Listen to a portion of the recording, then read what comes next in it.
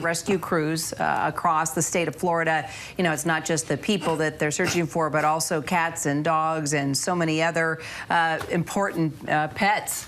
As we heard from Nate Jones of the Coast Guard, that's where American Humane comes in as well, sending teams to hard-hit areas like those in Florida to help rescuers and help the pets. And Dr. Robin Ganzer is the president and CEO of American Humane, joins us now from West Palm Beach with more on this. Dr. Ganzer, thanks for being with us. Thanks for doing this important work. You know, we talk about the health of people after disasters.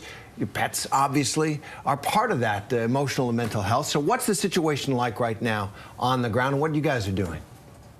Thank you so much for having us today. You know, I just returned from our deployment. We are actually boots on the ground right now in Arcadia, DeSoto County. We've deployed there as of Friday with our friends at Code 3 and ARC Training and Response. We actually have boats in the floodwaters. We're going out every day on missions trying to find animals in crisis, animals that need our care.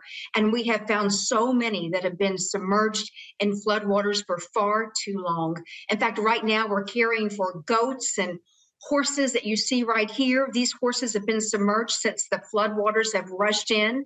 We're taking care of them daily, and slowly and surely these floodwaters are receding, so we're going to be able to give them some medical care this afternoon. But there's so many animals in crisis, and actually, I just returned yesterday. I can tell you, unfortunately, there are animals who didn't make it as well. Those storm surges were far too high for so many of our animal friends, those who were not able to evacuate with Nate and the Coast Guard and their pet parents. Unfortunately, I'm afraid that we have lost some, and I'm just wanting you to know that we are there trying to rescue every single creature that we find, and we have found some wonderful animal friends, and we're giving them a second chance at life. Well, and as you know, you heard from Lieutenant Nate Jones there with the Coast Guard. They even rescued a python. Both Terry and I sort of looked at each other like, oh my goodness, I'm glad that they got the python out of there for sure. But, you know, I remember even during Katrina, people didn't want to leave their animals. There were people that didn't want to evacuate because they didn't want to leave their animals behind. And so what have you discovered? Have you found a lot of pets in addition to strays? And what do you do about trying to get those animals back to their owners? And if indeed you don't know where the animals belong, how do you handle all those as well? Well, we always, before every storm season, we remind people to get your pet microchipped. Make sure you have, you know, collars, any sort of identification. Have recent photos of your pet with you. In fact, we have more storms surging in the, you know, ocean that we're tracking right now. So this is time for anyone who's not impacted to go ahead and get your pet preparation evacuation kit ready to go. Crates, collars, microchipping, your veterinary records. Be prepared now. Several weeks of food. But unfortunately, sometimes we're not able to leave our house. Maybe the fires or the floods come too quickly. We're not able to evacuate with our animals.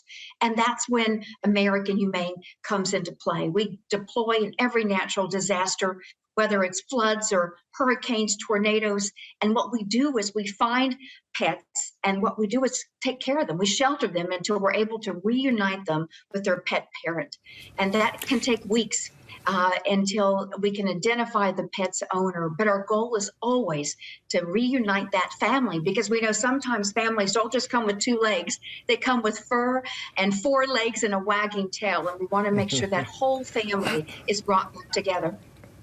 Absolutely. But there must be, in a disaster this scale, animals that remain strays and that you have rescued. What happens to them? We do shelter, and we also ask if they are identified as a stray, we shelter those until we can get them to another shelter in another area that can open them up for adoption. In fact, there's lots of wonderful local rescue groups who have already gone in to Southwest Florida and asked those animal shelters whether or not they could take some of those abandoned animals, those strays, and bring them back to their hometowns and get them adopted. And that's beautiful, just to be able to relieve the local animal shelters from any overflow that they've already had pre-storm, pre-disaster coming in. And that allows for the local community to bring in those animals that have been lost during the storm and allow them to be adopted and found by their families. So it's really an incredible rescue network of local shelters chipping in, and also shelters from the broader community coming in as great partners to find forever loving homes. That's great. That's really good. All right, Dr. Robin Ganzer, appreciate it. Thank you so much. Thank you so much. Thanks.